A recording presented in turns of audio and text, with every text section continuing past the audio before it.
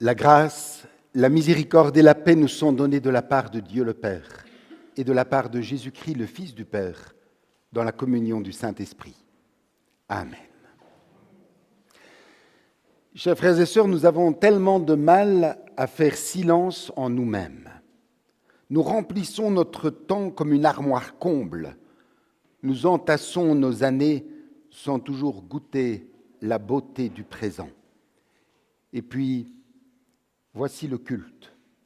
Ce temps où Dieu nous précède et où il nous invite au calme et à l'écoute.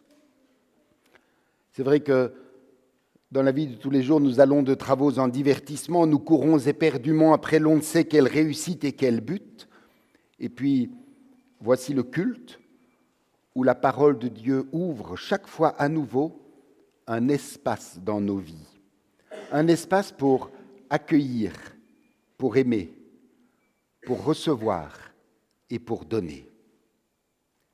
C'est le temps de la grâce et de la paix. Dans l'Évangile, juste avant de nourrir la foule au désert, Jésus disait à ses disciples agités, « Venez à l'écart dans un lieu désert et reposez-vous un peu. » Oui, le culte est chaque fois à nouveau temps du désert, temps où l'on consent à se vider de tout ce qui nous encombre, temps où l'on a soif et faim d'une parole nouvelle. Le culte est chaque fois à nouveau temps de repos pour se refaire des forces, pour se renouveler en secret, pour se retrouver en vérité. Temps de grâce et d'attente, de paix et de repos auquel Dieu nous invite. Et pour entrer dans ce temps particulier, je vous invite à vous lever pour chanter du psaume 36, les strophes 1 et 2. Du psaume 36, nous chantons les strophes 1 et 2.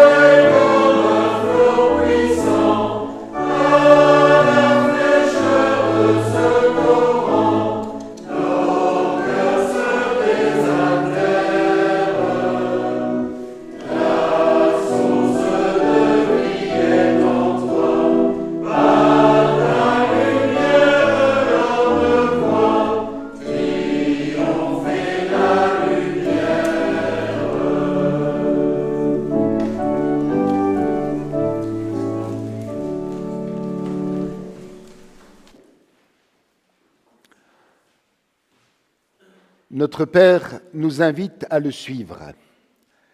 Et pour ce faire, il ne nous laisse pas vaciller, errer, emporter au gré de nos propres impressions. Il nous montre le chemin. Écoutons cette voie telle que Jésus lui-même nous la trace. Le Seigneur notre Dieu est le seul Seigneur. Tu aimeras le Seigneur ton Dieu de tout ton cœur, de toute ton âme, de toute ta pensée et de toute ta force. C'est là le premier et le grand commandement. Et voici le second qui lui est semblable. Tu aimeras ton prochain comme toi-même. Aucun autre commandement n'est plus grand que ces deux-là. Chers frères et sœurs, en pensant à la semaine écoulée, et en mesurant nos paroles et nos actes à la norme parfaite de l'amour divin, nous sommes amenés à reconnaître les failles, les zones d'ombre, les fois où nous avons manqué de patience, d'amour. Prions ensemble pour confesser à Dieu nos manquements. Seigneur, nous savons que nous sommes aimés de toi, au-delà de ce que nous pouvons imaginer. Malgré toutes les zones d'ombre de nos existences où il nous arrive d'être solidaires et complices du mal qui court dans le monde, de la dureté, de la violence, de l'indifférence. Nous ne faisons pas toujours le bien que nous voulons, nous faisons parfois le mal que nous ne voulons pas. Fragiles, souvent surpris par le péché, nous avons cependant la certitude qu'au-delà de tout cela, notre vie repose sur le roc de ton pardon, toujours offert de commencement en recommencement. C'est pourquoi nous ne nous laissons pas abattre par nos faiblesses. Nous savons que tu ne nous abandonnes pas. Rien ne pourra nous séparer de ton amour, manifesté en Jésus-Christ, notre frère et notre Sauveur. Tant d'amour nous étonne, nous bouleverse et transforme notre vie. Amen.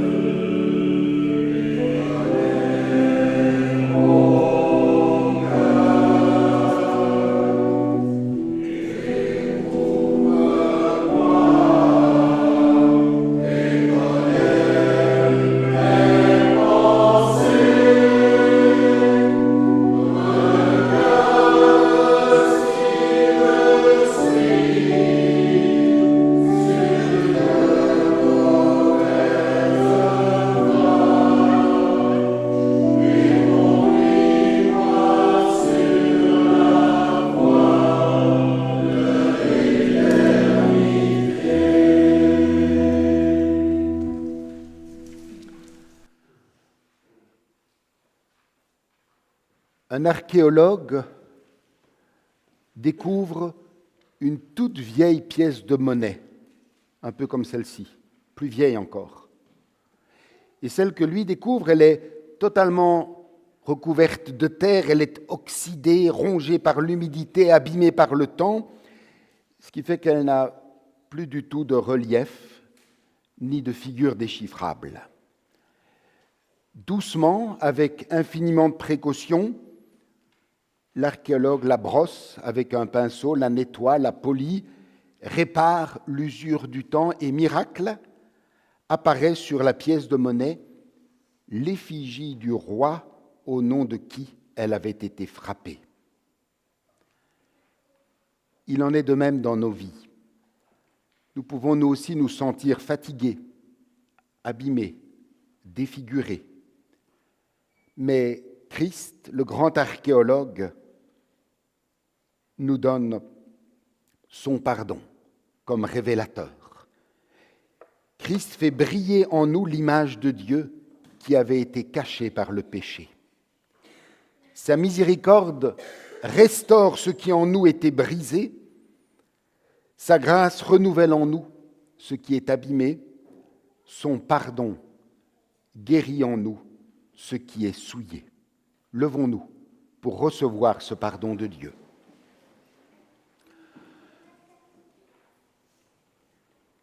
Dieu a tant aimé le monde qu'il a donné son Fils unique, afin que quiconque croit en lui ne périsse pas, mais qu'il ait la vie éternelle. à tous ceux qui se tournent vers Dieu et cherchent leur salut en Jésus-Christ, au nom du Père, du Fils et du Saint-Esprit, nous déclarons que Dieu accorde ici et maintenant le pardon de leurs péchés. Amen.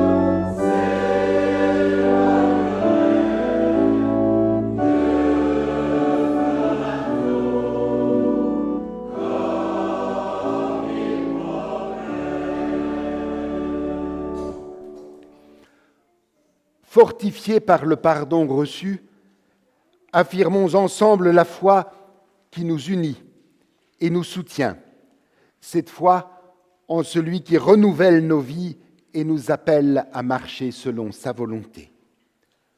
Nous croyons en toi, Seigneur, tu es source de vie. Nous croyons en toi, Dieu, Père de tous les hommes, Créateur de tout l'univers et de tout ce qui vit. Tu as fait l'homme et la femme à ton image. Nous croyons en toi, Seigneur. Tu apportes la vraie vie. Nous croyons en Jésus-Christ, notre Seigneur, né d'une femme en notre condition humaine, mort et ressuscité pour nous faire partager sa vie. Toujours vivant parmi nous, il est l'espérance du monde. Nous croyons en toi, Seigneur, tu es vie. Nous croyons en l'Esprit Saint, il soulève nos vies par la force de son amour. Il nous rassemble en un seul peuple dans son Église. Nous croyons en toi, Seigneur, ton amour nous unit. Nous croyons qu'aimés de Dieu, nous sommes tous frères et sœurs et que notre amour doit s'étendre à tout un chacun. Nous croyons que, sauvés de la mort et du mal, nous sommes dans la vie nouvelle qui n'aura pas de fin. Nous croyons en toi, Seigneur. Tu nous donnes la vie. Amen.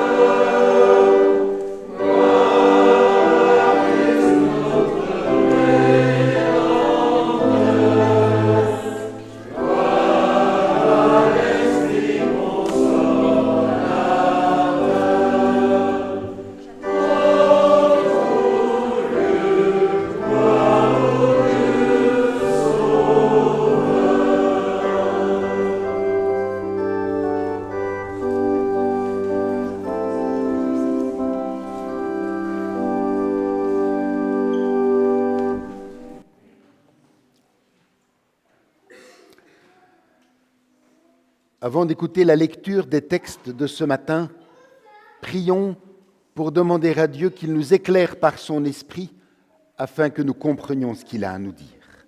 Prions. Dieu Tout-Puissant, Accorde-nous ton Saint-Esprit, afin que nous puissions comprendre correctement ta parole et obéir à sa volonté.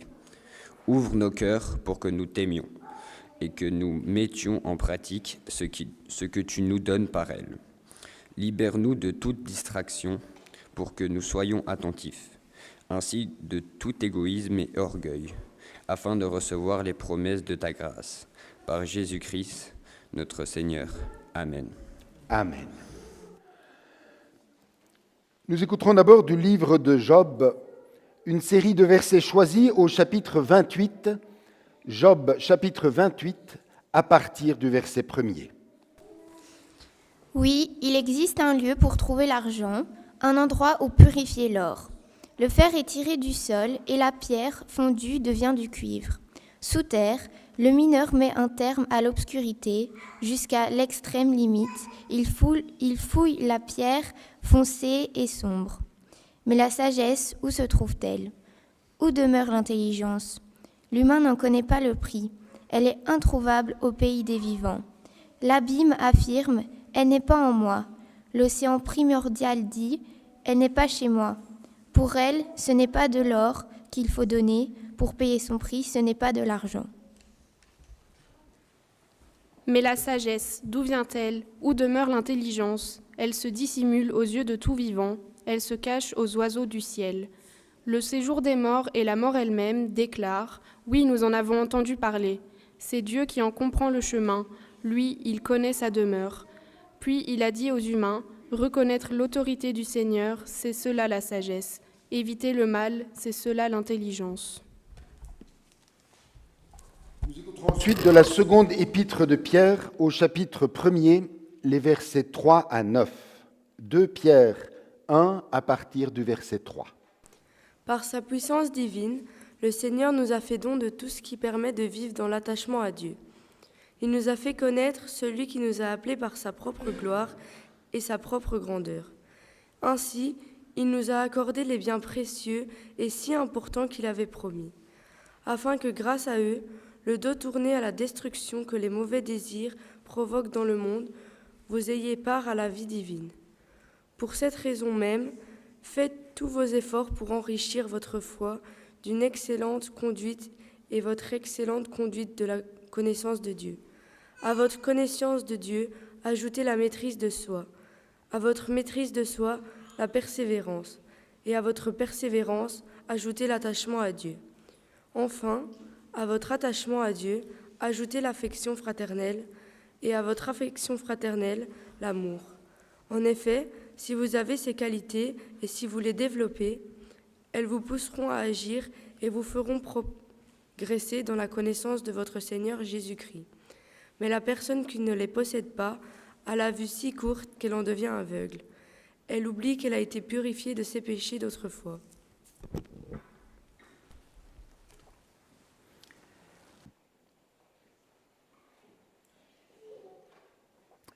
Et l'évangile de ce matin se lit dans l'évangile de Matthieu au chapitre 7, les versets 7 à 11. Matthieu 7, à partir du verset 7. Demandez, et l'on vous donnera. Cherchez, et vous trouverez. Frappez, et l'on vous ouvrira. Car quiconque demande reçoit, celui qui cherche trouve, et l'on ouvre à celui qui frappe. Lequel de vous donnera une pierre à son fils s'il lui demande du pain ? Ou s'il demande un poisson, lui donnera-t-il un serpent ? Si donc, méchants comme vous l'êtes, vous savez donner de bonnes choses à vos enfants, à combien plus forte raison votre Père qui est dans les cieux donnera-t-il de bonnes choses à ceux qui le lui demandent ? Seigneur, ta parole est la vérité. Ce matin encore, sanctifie-nous par ta vérité. Amen. Et pour nous préparer à méditer ces textes, je vous invite à chanter du cantique 232, les strophes 1 et 3. Du cantique 232, nous chantons les strophes 1 et 3.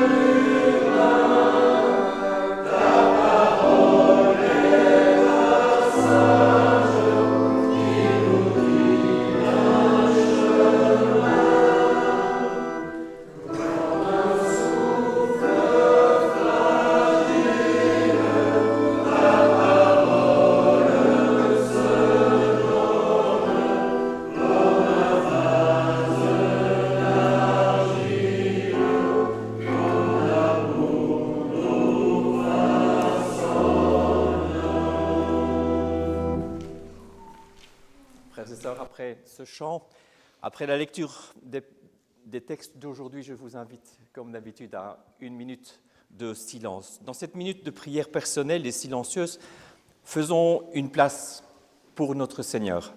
Écoutons-le et ouvrons tout notre être à sa présence réelle, bien qu'invisible.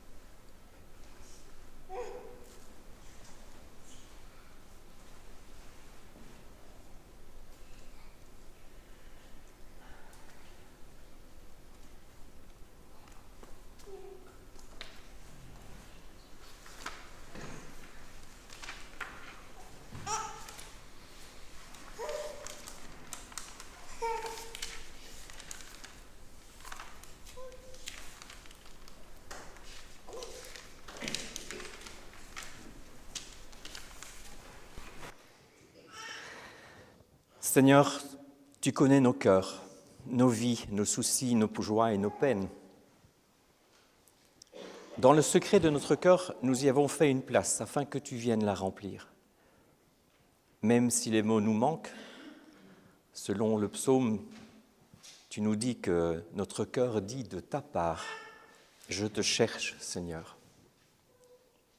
Que ta parole ce matin nous permette d'un peu mieux te connaître encore.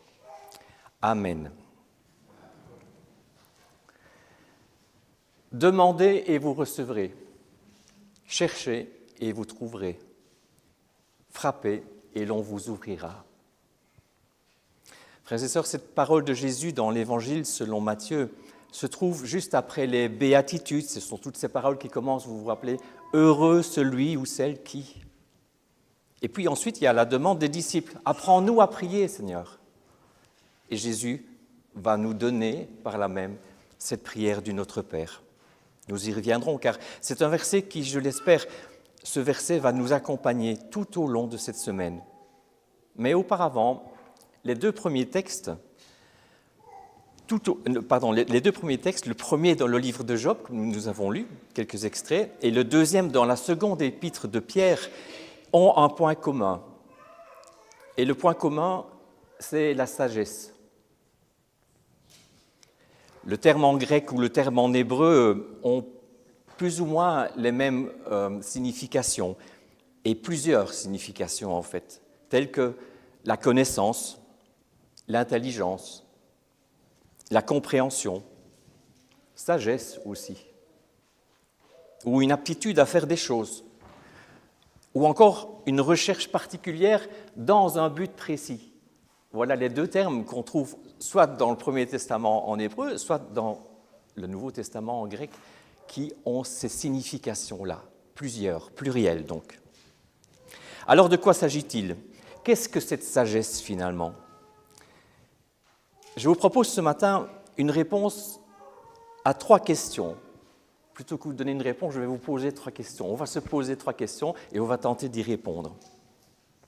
D'abord, où peut-on trouver cette sagesse ? Ensuite, quelle est sa place dans notre vie de tous les jours ? Et enfin, comment la recevoir, cette sagesse ?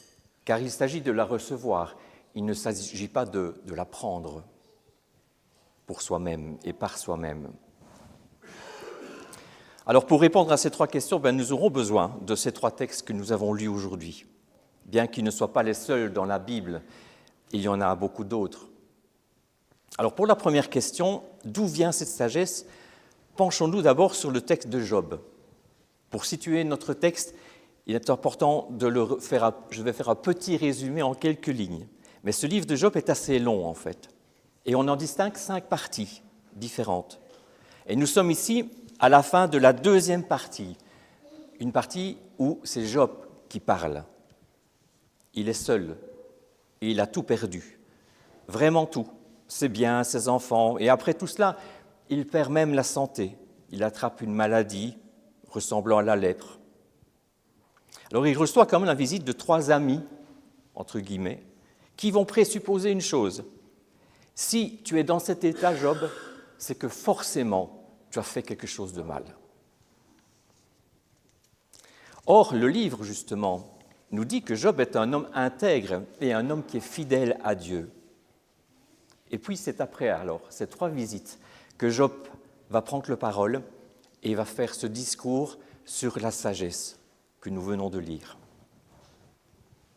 Il y a dans ce texte comme une comparaison entre ce que l'homme peut faire avec une certaine intelligence, c'est vrai, comme par exemple creuser des tunnels sous la terre pour trouver des pierres de valeur, et puis cette comparaison avec cette fameuse sagesse qui, elle, ne se trouve pas sur la terre des vivants, dira Job. Cette sagesse est d'un autre type, d'un autre ordre. Alors dans la région où nous sommes, ici à Fontaine-l'Évêque, nous savons ce que signifie creuser des galeries, n'est-ce pas?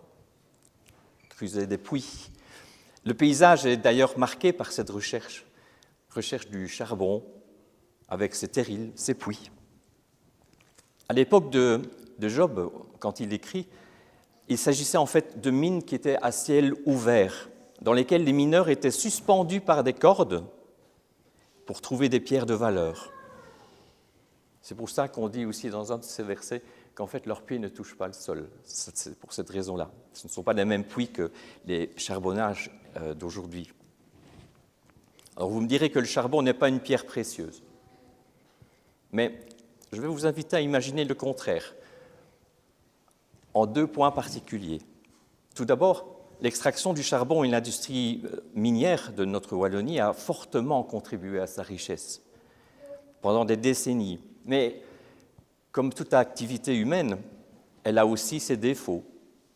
L'exploitation humaine, avec ces hommes et ces enfants même qui ont laissé leur vie, et aussi le fait que ce temps est aujourd'hui terminé. La trace de l'homme, pourrait-on dire, n'est pas éternelle, mais elle est limitée. Ensuite, je vais vous donner une petite information chimique. Le charbon, il tire son nom de carbone,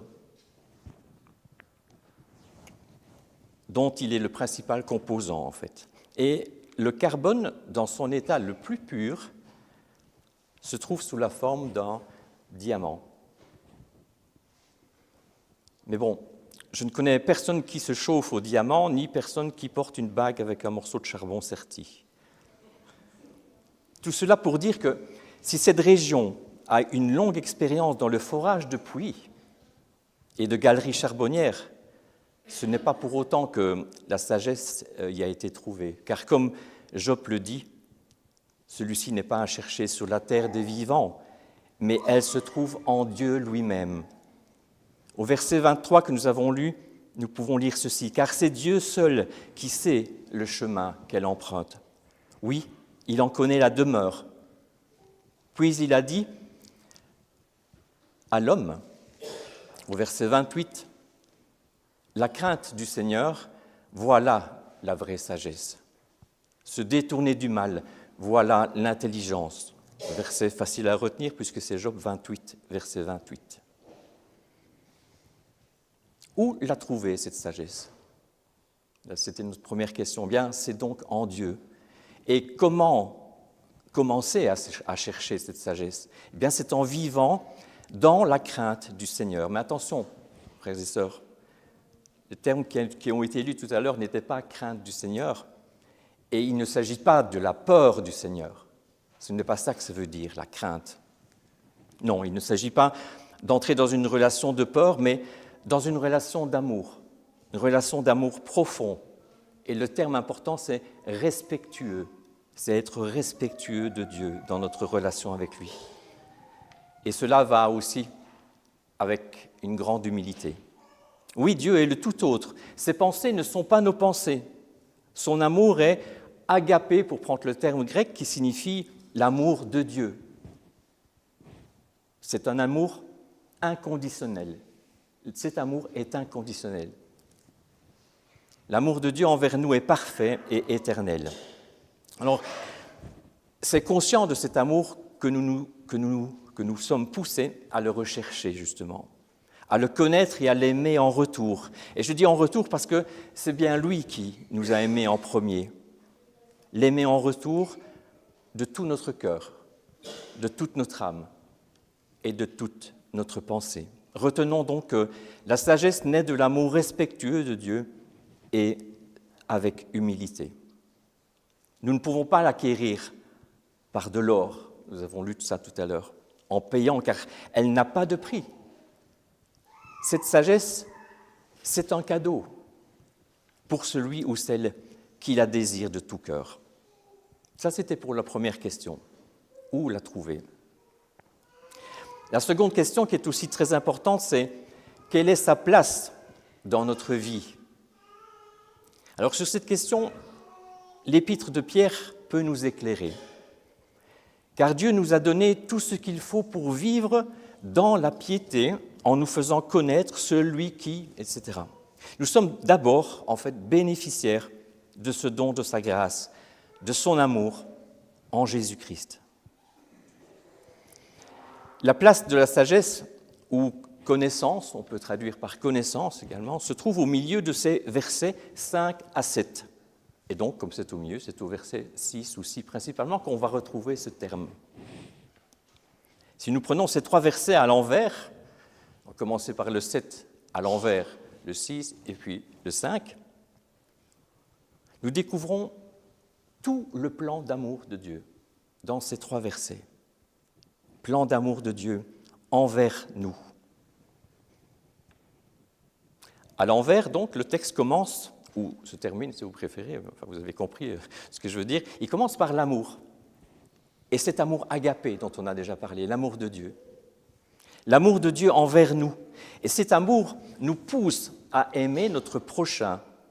Cet amour du prochain est donc nourri par ce qu'il appelle la piété, que l'on pourrait traduire par notre propre relation personnelle avec Dieu, qui finalement est la clé de notre engagement d'amour envers nos prochains.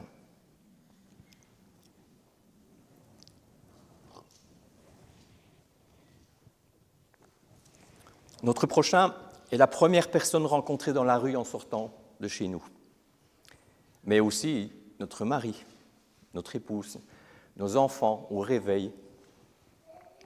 Cette piété n'est pas seulement personnelle, frères et sœurs, mais c'est aussi la vocation de l'Église. Il est en effet dans le cœur de Dieu que les frères et les sœurs nous viennent en aide lorsque nécessaire dans nos épreuves et même lorsque cela ne nous semble pas nécessaire. Reconnaissons humblement le besoin de nos frères et sœurs. Je le répète, cela est profondément inscrit dans le cœur de Dieu. Alors cette endurance dans les épreuves vient de ce que Pierre appelle la maîtrise de soi, la maîtrise de nous-mêmes, car très souvent, frères et sœurs, reconnaissons que ces épreuves viennent souvent d'un manque au sujet de la maîtrise de soi-même. Et voici maintenant le verset central, le verset 6, qui parle de la connaissance ou de la sagesse. C'est cette sagesse, justement, qui permet la maîtrise de soi. Voilà son rôle. Dieu nous donne à travers elle toutes sortes de vertus. Les vertus, c'est-à-dire des dispositions fermes, constantes de l'âme qui portent à faire le bien et à fuir le mal. Comporte aussi des qualités, des qualifications propres à chacun, mais au départ, il y a la foi en celui qui, comme je l'ai dit, nous a aimés le premier, notre Seigneur et Sauveur Jésus-Christ. Et la boucle est bouclée, si on peut dire. Partant de l'amour de Dieu, et puis on y revient. La fin de notre lecture de 1 Pierre est aussi importante parce qu'elle nous met en marche sur 2 plans. Tout d'abord, pour nous motiver à toujours mieux connaître notre Seigneur Jésus-Christ. Mais aussi, et sur le même plan d'importance, elle nous met en marche, c'est-à-dire elle nous rend actifs dans notre vie, dans notre relation avec Dieu. Retenons donc que dans le parcours de notre vie, la sagesse, elle est centrale. Elle nous invite dans l'humilité à toujours mieux connaître notre Dieu pour être au service de notre prochain. C'est ça le plan. Après cette deuxième question, il en reste une dernière. Comment recevoir cette sagesse ? C'était ma troisième question. Et ici, la simplicité et la profondeur des paroles de Jésus que nous avons lues dans l'Évangile de ce jour ne demandent pas beaucoup d'explications, je pense. Demandez et vous recevrez. Cherchez et vous trouverez. Frappez et l'on vous ouvrira. Demandez à Dieu, cherchez ses voies et frappez à sa porte. C'est la seule façon de recevoir, d'accueillir de lui cette sagesse et d'en vivre. Demander, chercher et frapper à sa porte est notre part à nous, à laquelle le Seigneur nous invite. La foi n'est pas un état, mais une marche. Ce n'est pas une possession, mais c'est une quête. Ce n'est pas celui qui est arrivé qui a trouvé, mais celui qui ne cesse de demander, de chercher, de frapper à la porte de Dieu. La comparaison avec les enfants qui demandent du pain ou du poisson à leur père est assez éloquente, car le pain, c'est la vie, c'est leur nourriture principale, et le poisson aussi. Et puis la plupart sont quand même des pêcheurs. Donc quand Jésus prend ces deux exemples, il donne des images qui sont fortes et qui sont simples pour comprendre. Notre Père qui est aux cieux est bien plus attentif et aimant que tous les pères de la terre. C'est ce que nous dit ce verset dans d'autres mots. Jésus insiste sur la nécessité de demander, de chercher et de frapper à la porte. C'est une invitation à la persévérance dans la prière. Je voudrais juste ajouter que cette sagesse n'est pas pour notre propre bénéfice seul, non. En fait, elle est aussi au bénéfice de notre prochain. Enfin, il n'y a pas que nous qui frappons à la porte, parce qu'il nous est dit aussi dans la parole que le Seigneur aussi frappe à la porte de notre cœur. Et là, nous sommes invités à lui ouvrir tous les jours de notre vie. Alors, un petit résumé, la sagesse naît de l'amour respectueux de Dieu et dans l'humilité. C'est cette crainte du Seigneur, vous avez bien compris, il ne s'agit pas de la peur, crainte du Seigneur. La sagesse nous invite à toujours mieux connaître notre Dieu pour être au service de notre prochain. Demander à Dieu, chercher ses voies et frapper à sa porte est la seule façon de recevoir de lui cette sagesse et d'en vivre. Que Dieu lui-même nous vienne en aide. Amen.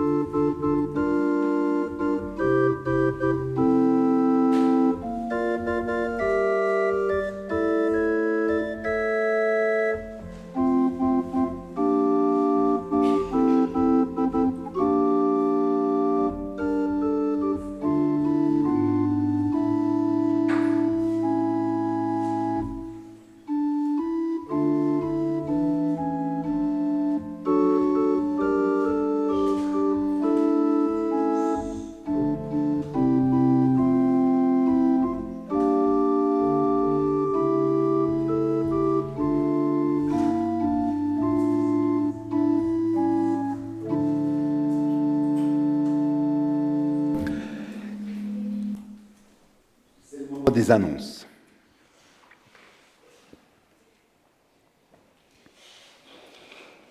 Voilà, mercredi à 14h, nous aurons le catéchisme et à 19h, la Croix Bleue. Ça, c'est pour mercredi. Jeudi, les diacres seront à leur poste dès 9h. Ils seront dans le pavillon pour distribuer les colis alimentaires. Dimanche prochain, nous n'aurons pas de répétition de chorale, mais nous aurons notre culte habituel à 10h. Alors, il y a un appel des diacres. Ils doivent rentrer 1 tonne de riz. Donc, ils demandent s'il y a des volontaires pour venir aider à rentrer ces boîtes de riz. Quelques et des bras forts seront les bienvenus. Donc, manifestez-vous, si c'est le cas, auprès de Jacques, à la tasse de café. Dès à présent, je vous signale aussi que le groupe départ se rendra à Waterloo le 3 octobre. C'est un jeudi. Le jeudi, nous irons au mémorial Waterloo 1815. Et dès à présent, vous pouvez aussi vous inscrire pour qu'on sache organiser un covoiturage.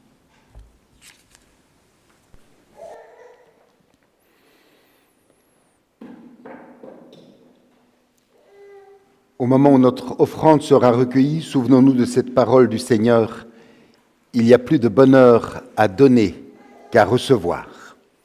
Et pendant que notre offrande est recueillie, nous chanterons du cantique 424, les strophes 1, 3 et 4. Du cantique 424, les strophes 1, 3 et 4.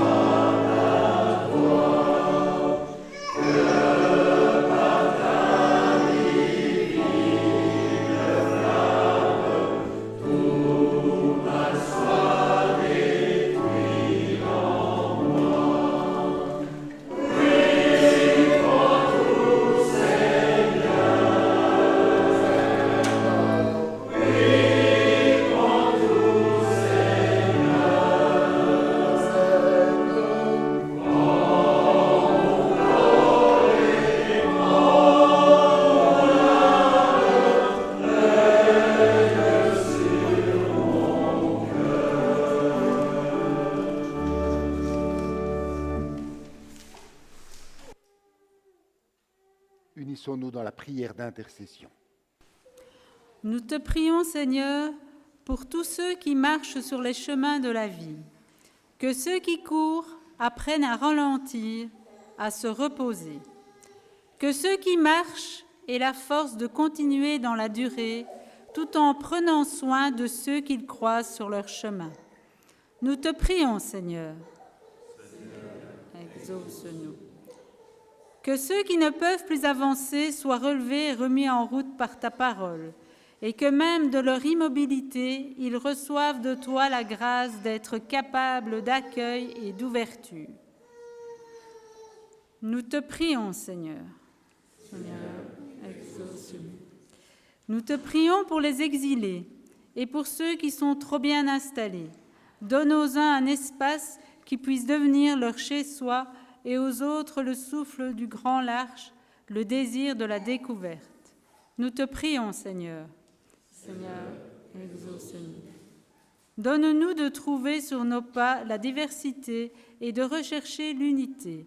Donne-nous le discernement et la force de prendre nos responsabilités dans les sociétés qui sont les nôtres, pour inventer de nouveaux modes de vie où les valeurs premières sont la vie, la paix et la dignité.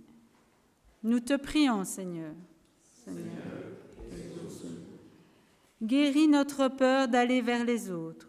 Montre-nous la richesse de découvrir leurs différences, la richesse des échanges et celle de l'étrangeté.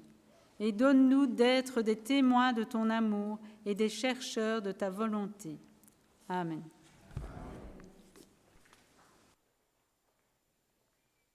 Je vous invite à vous lever, élevons nos cœurs vers le Seigneur.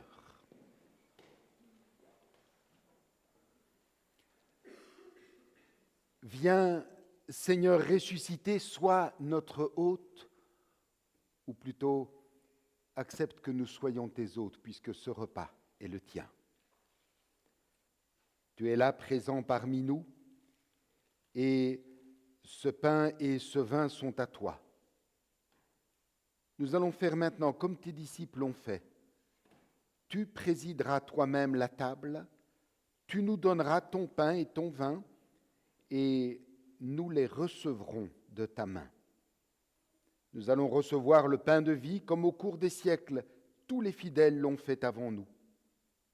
Nous nous unirons à toi, Seigneur ressuscité, nous nous unirons aussi les uns aux autres, puisque tu es uni à tous. C'est pourquoi, avec les croyants de tous les temps, nous proclamons ta grandeur et ton amour en chantant « Saint, Saint, Saint est le Seigneur ».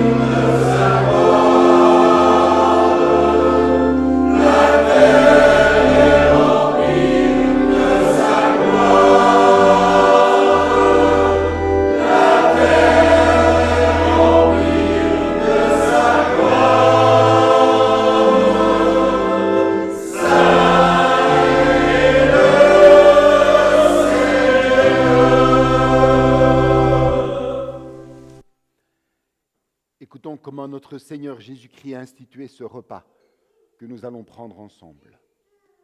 Dans la nuit où il fut livré, Jésus prit du pain et après avoir rendu grâce, il le rompit, le donna à ses disciples en disant « Prenez, mangez, ceci est mon corps qui est donné pour vous, faites ceci en mémoire de moi. » De même, après le souper, Jésus prit la coupe et après avoir rendu grâce, il la leur donna en disant « Buvez-en tous, ceci est mon sang, le sang de l'alliance nouvelle, répandu pour vous en rémission des péchés, faites ceci en mémoire de moi. En vérité, je vous le dis, je ne boirai plus de ce fruit de la vigne jusqu'au jour où je le boirai nouveau avec vous dans la maison de mon Père. »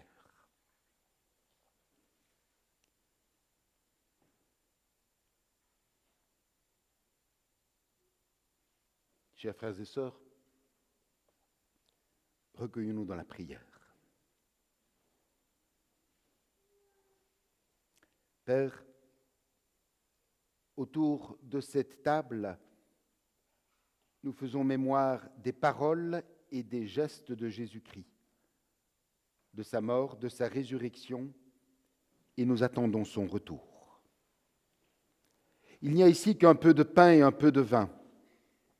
Envoie sur nous ton Saint-Esprit pour que nous les recevions comme les signes dont notre foi a besoin pour discerner la présence de Jésus-Christ au cœur de notre vie.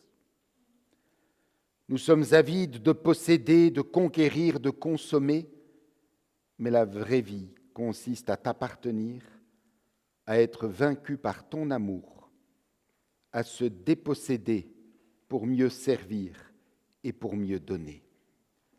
Par ce repas, fais-nous renaître à l'image de celui qui s'est lui-même donné pour nous. Amen.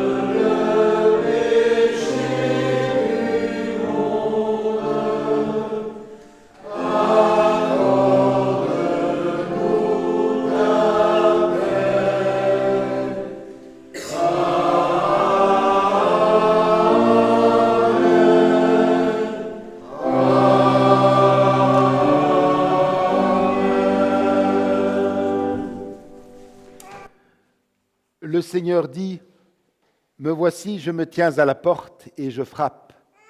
Si quelqu'un entend ma voix et m'ouvre la porte, j'entrerai chez lui, je me mettrai à table avec lui et lui avec moi. » Chers frères et sœurs, en nous avançant de la table du Seigneur, souvenons-nous que ce n'est pas par nos propres mérites que nous y sommes invités, mais en reconnaissant notre faiblesse et notre dépendance totale à sa miséricorde.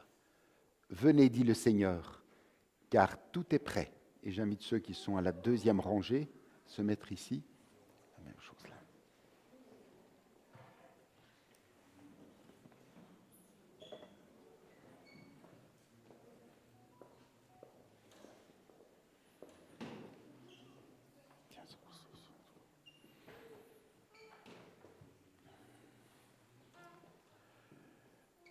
Le pain que nous rompons est la communion au corps de notre Seigneur Jésus-Christ qui a été donné pour nous. Ceci est mon corps. Amen. Ceci est mon corps.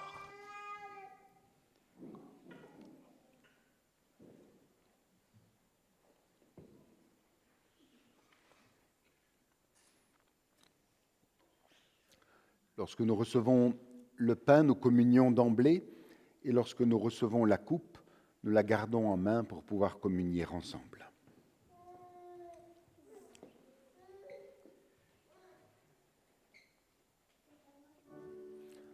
Ceci est mon corps.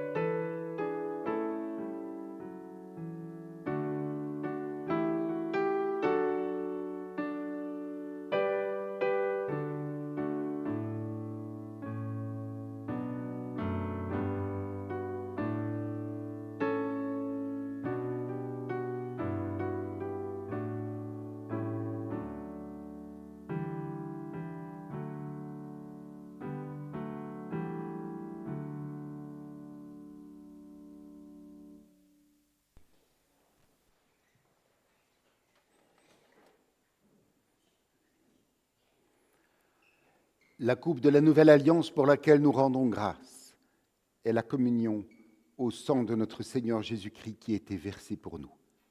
Buvez-en tous, nous dit Jésus.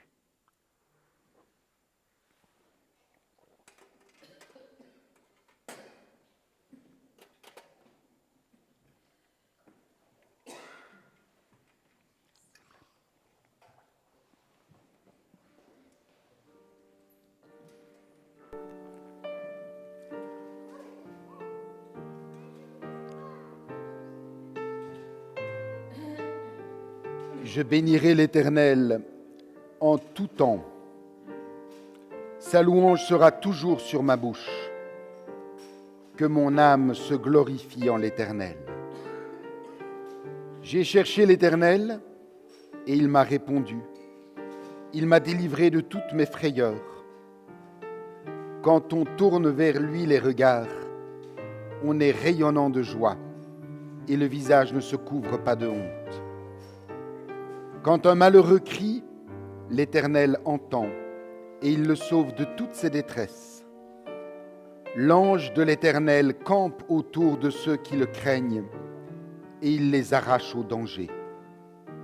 Sentez et voyez combien l'Éternel est bon. Heureux l'homme qui cherche en lui son refuge.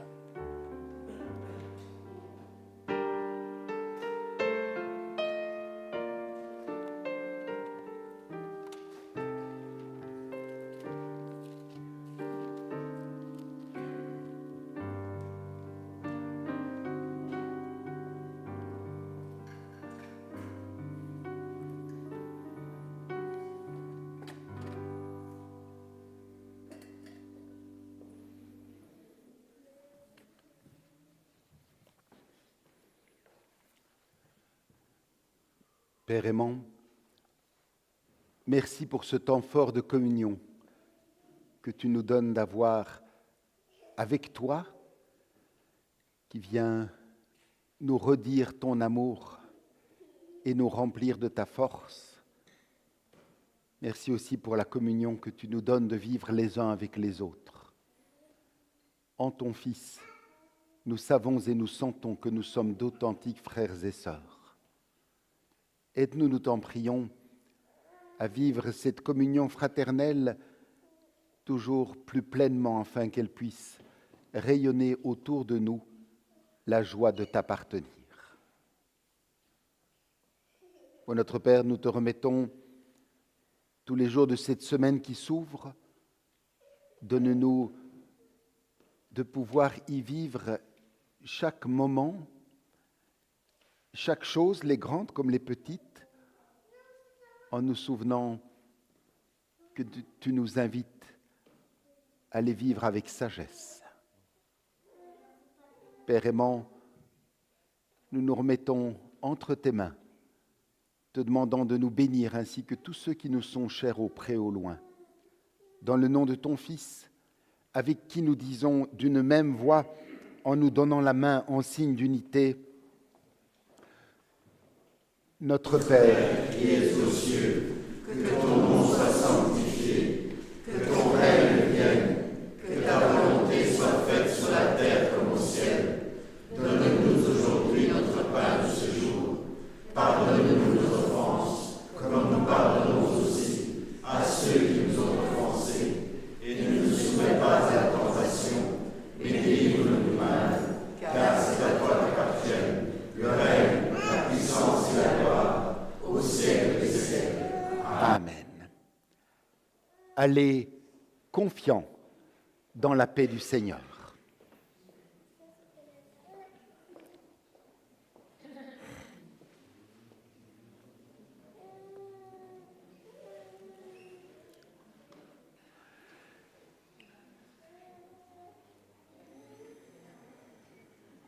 Écoutons l'exhortation et recevez la bénédiction de la part de notre Dieu. Chers frères et sœurs, puissions-nous, durant la semaine, en nous souvenant de toute la richesse que peut offrir cette sagesse à laquelle nous sommes conviés, emportons pour le méditer pendant la semaine ce verset de l'Évangile de Matthieu, chapitre 7, verset 7. Demandez et l'on vous donnera. Cherchez et vous trouverez. Frappez et l'on vous ouvrira. Que la grâce de notre Seigneur Jésus-Christ, l'amour de Dieu le Père et la communion du Saint-Esprit soient avec vous tous et avec vos familles, au près et au loin, dès maintenant et à jamais. Amen.